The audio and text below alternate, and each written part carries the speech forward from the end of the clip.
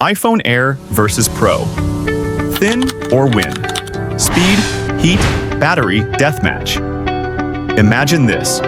You walk into the Apple Store, surrounded by glowing screens and minimalist design on one side. The iPhone Air, sleek, feather-light, whisper-thin. On the other, the iPhone Pro, solid, weighty, unapologetically powerful. You hover your hand between the two, heart racing a little. Because this isn't just about a phone. It's about what kind of person you want to be. And yet deep down, you can't help but wonder, is thinner really better? Or is Apple quietly selling us on style while the real power sits in the Pro? Today, we're putting them in a death match, speed, heat, and battery endurance, to answer one simple question. In the battle of thin versus win, who actually comes out on top? Now, before you roll your eyes and say, come on, they're both iPhones, let me stop you.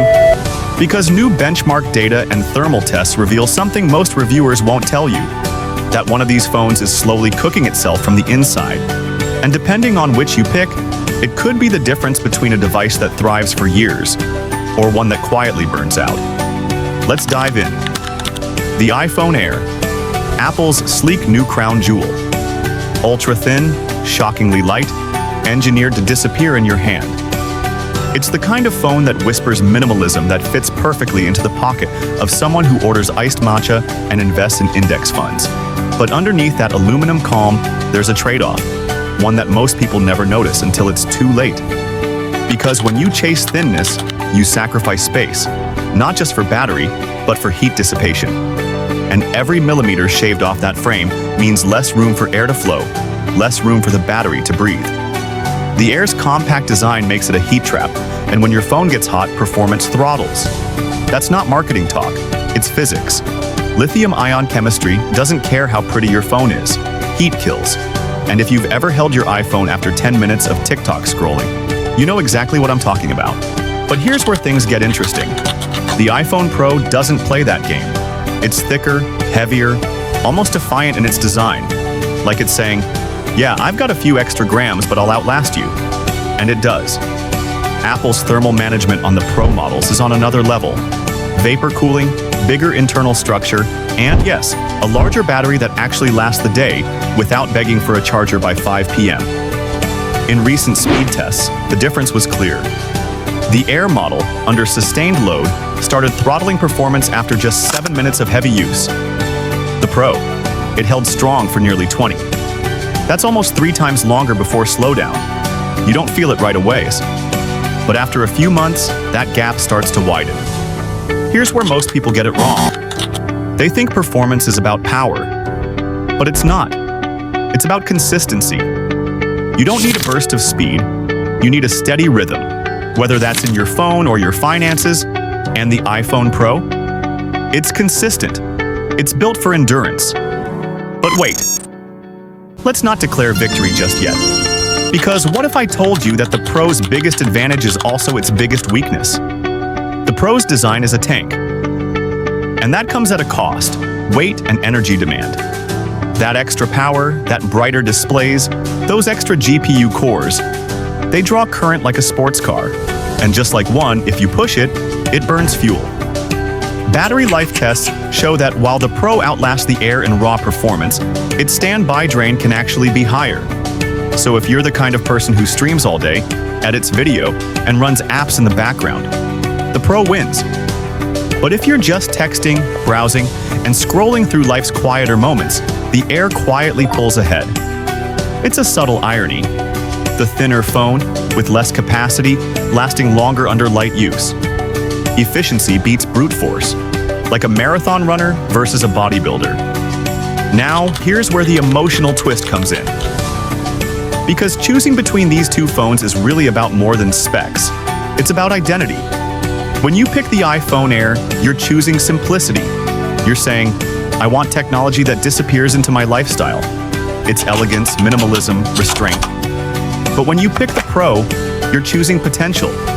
You're saying, I want performance, power, and control, even if I have to manage the heat. So ask yourself this. Do you want a phone that fits your life, or one that fuels it? See, the Air might look cleaner on the outside, But the Pro carries depth. It's heavier because it's prepared. It's thicker because it's built for the long game.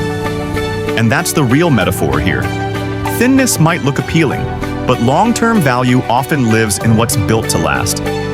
It's the same reason the richest people you know don't always buy the flashiest things. They invest in durability, not trends. They know that the shiny new thing fades fast, but strength endures. Think about it. Apple isn't just selling phones, they're selling philosophies. The Air is for the aesthetic minimalist.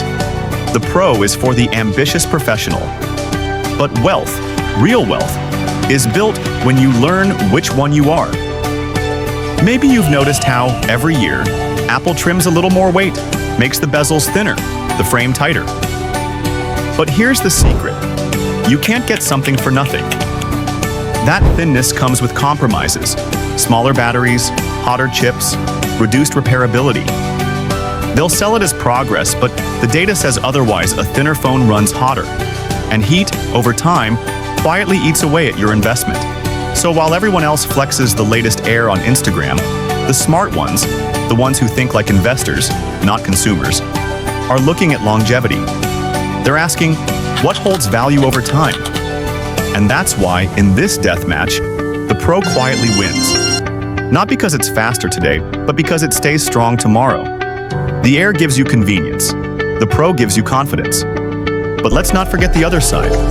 If portability and comfort are your priorities, if you travel light and live on the move, the Air might be the smarter choice. It's efficient, practical, and sleek. Perfect for someone optimizing their lifestyle for freedom over excess. And that's the beauty of it. The right phone isn't the one with the best specs. It's the one that aligns with your priorities. Unless your priority is taking photos of your lunch at 60 frames per second, then, yeah, go Pro. But here's where I want to leave you with a thought. Every year we chase the next upgrade. Thinner, faster, newer. But what if we stopped chasing? What if we started thinking like investors instead of consumers? Asking not, what's the latest, but what lasts? Because just like your iPhone battery, your financial health depends on sustainability. The Air versus Pro debate isn't just about gadgets.